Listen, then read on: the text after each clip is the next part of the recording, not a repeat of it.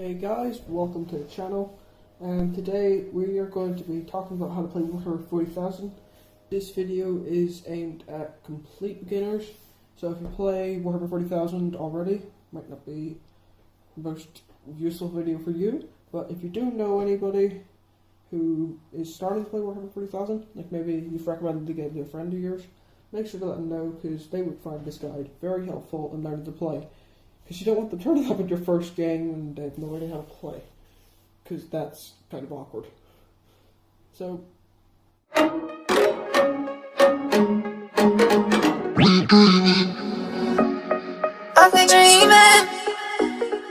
be dreaming. So, I think an important thing that new players need to learn is the bit of the backstory of the game. Similar to other games, they're going to need to learn the backstory. So, there's basically Warhammer 40,000 universe. It's just a galaxy at war. The Space Marines and the Imperium of Man, following the teachings and everything of their God Emperor and the Primarchs, are going out and conquering everything that used to be theirs. And then just flip that over, we've got Chaos, Renegades, Heretics, Demons, everything that the Imperium hates. They fight a lot, and then there's loads of other weird alien races that get involved. And so I'm going to talk about the three main divisions.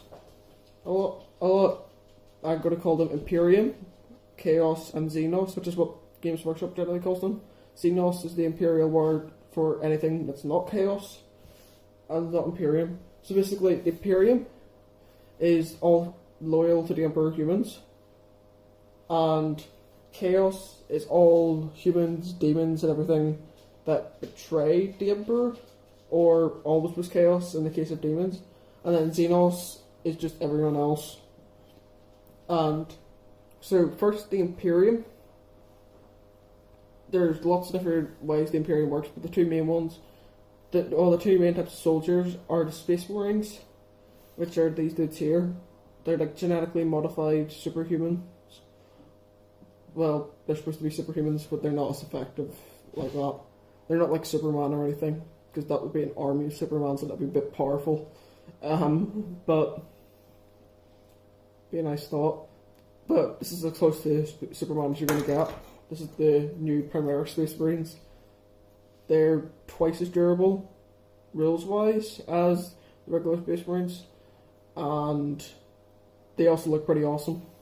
And then there's the Astra Militarum, which is just your regular guy joining up the fight for the Emperor that he believes in, which is kind of scary because everything else is genetically modified races, demonically enchanted, just generally more superior in combat races.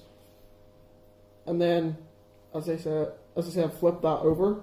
We've got Chaos, which is a pantheon of gods and their worshippers and their demons.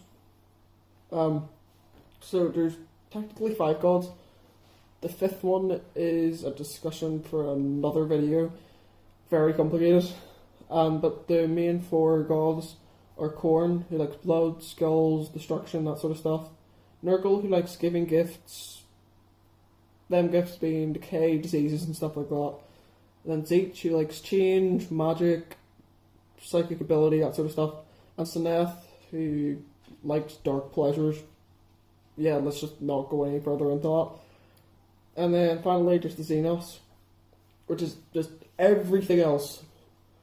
Theoretically it should be the biggest faction, but it's not really, because Games Workshop build way more models for Chaos and Imperium that they do for each of the roughly equally sized different Xenos races. There's the Eldar, who are probably the most similar to humans in a sense. They're almost like the elves of Warhammer 40,000, and they have kind of like 3 sub-factions themselves.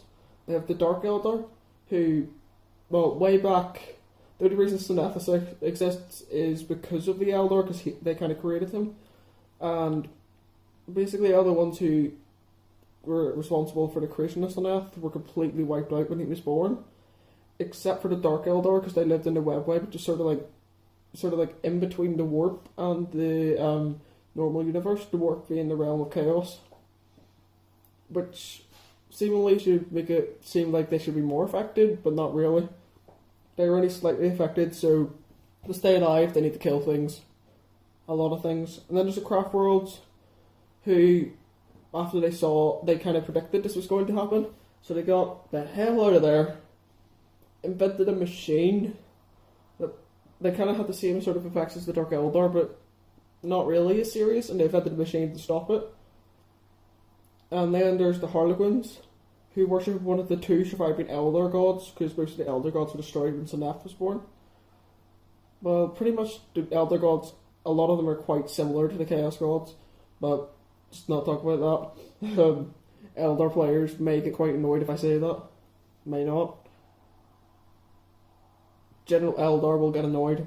Maybe not the Eldar players, but the Harlequins are basically just a space elf circus act that look like comic tragedy a lot.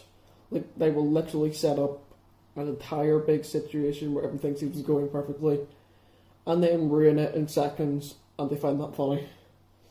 And then moving on from the Eldar, the other Xenos races, well, the main ones, there's the Tau, who love ranged combat, hate close combat, think it's uncivilized. So if you like having your army far away and just if you like having your army far away from the enemy, just shooting them, just giant artillery, everything, Tau's your people. If you like smashing stuff, Tau is definitely not your people. And the Tau also have these people called the Krut, who are basically the only really close combat-ish people, with close combat being swords, shields, stuff like that. People in the Warhammer 40,000 the Tau Empire. And then we're on to the Necrons, which they're like ancient people who died and resurrected themselves from giant metal skeleton suits. So basically the skeletons of the undead of Warhammer 40,000. And they're quite durable in a sense, that they can sort of heal themselves, but they're pretty good all-rounders and a decent choice for beginners. Then finally, the Orcs, which is the complete opposite of the Tau. They're not as bad at shooting as Tau are at close combat, but they're almost as good at close combat as Tau are at shooting. So a bit more balanced than the Tau, but still they love close combat. They love close combat the most out of any race, and that just reflects itself so much in the rules. But then the Orcs are also a bit crazy. My friend once told me the story about how he's reading a book, and it mentioned about how Dakajeks work, which is their main form of aircraft. So they have the steering wheel, a window, and the fire all guns button. Usually an Orc is using the one hand to point his gun out the window and fire, and the other hand on the fire all weapons button. In which case, there's no hands holding the steering wheel, which is pretty much how they always evade Imperial sensors and predictions and everything, which makes it really hard for the Space Marines to shoot them. Almost as hard as the Harlequins, whose general just stripy pattern suits things just mess up their sensors. Well, that's all the races, and that's all we're really going to be talking about for today.